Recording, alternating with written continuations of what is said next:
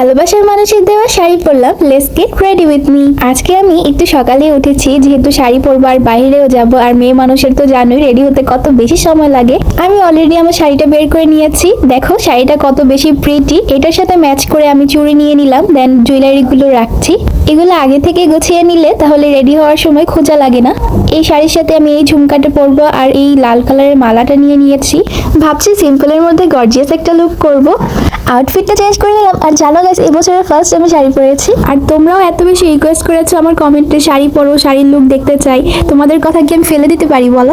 আমি মেকআপটা করে নিব। আর তোমরা তো জানোই আমি সবসময় সিম্পল মেকআপ করতে বেশি পছন্দ করি। স্কিন থেকে প্রেপ করার পর আমি ওয়েট এন্ড ওয়াইল্ডের ফাউন্ডেশন নিয়ে নিয়েছি। আর আমি যখন মেকআপে বিগিনার ছিলাম তখন আমি এই ফাউন্ডেশনটাই ফার্স্ট কিনেছি, আর এটা খুবই ভালো। আর আজকের সব মেকআপ প্রোডাক্টগুলো আমি মায়াস থেকে নিয়েছি। তারা সবসময় ভালো এবং অথেন্টিক প্রোডাক্টই দিয়ে থাকে। লুজ পাউডার অ্যাপ্লাই করে নিচ্ছি।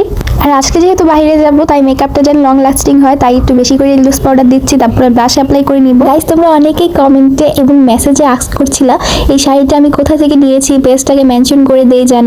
আসলে এটা যেহেতু গিফটেড একটা শাড়ি তাই আর পেজ মেনশন করতে পারছি না। আমার মেকআপ লুক প্রায় কমপ্লিট হয়ে গিয়েছে।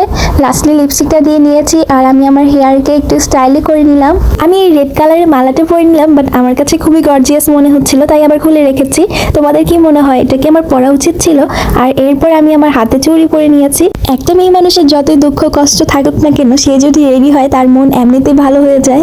আর এদিকে আমি বাসায় বসে ঢং করছি, আমার তো লেট হয়ে যাচ্ছে তা আমার মনেই নেই। এই লুকে আমি কিছু রিলস পিকচার্স আপলোড করেছি, তোমরা অনেক বেশি প্রশংসা করেছো, বলেছো খুবই সুন্দর লাগছে, তার জন্য অসংখ্য ধন্যবাদ। সামনেই আসছে ভালোবাসা দিবস আর ফাল্গুন, তোমাদের প্ল্যান কি কমেন্টে জানাবো। আমি অলরেডি বাইরে চলে এসেছি। আমার ভালোবাসার মানুষকে কার সাথে ঘুরতে এসেছি, কোথায় গেলাম সবকিছু তোমাদের সাথে সামনের একটি ব্লগে শেয়ার করব।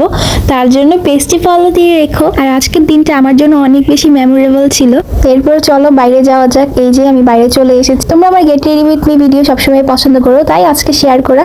তো এই ভিডিওটা ভালো লাগলে অবশ্যই কিন্তু আমার পেজটাকে ফলো দিয়ে রাখো। তোমরা আমাকে অবশ্যই ইউটিউব, টিকটক, ইনস্টাগ্রামে ফলো করতে পারো। সেখানে সেম নুসিন অনেক নেম। ফেক আইডি থেকে সবাই সাবধান হয়ে যাও, আমার এত বেশি ফেক আইডি হয়েছে কি আর বলবো।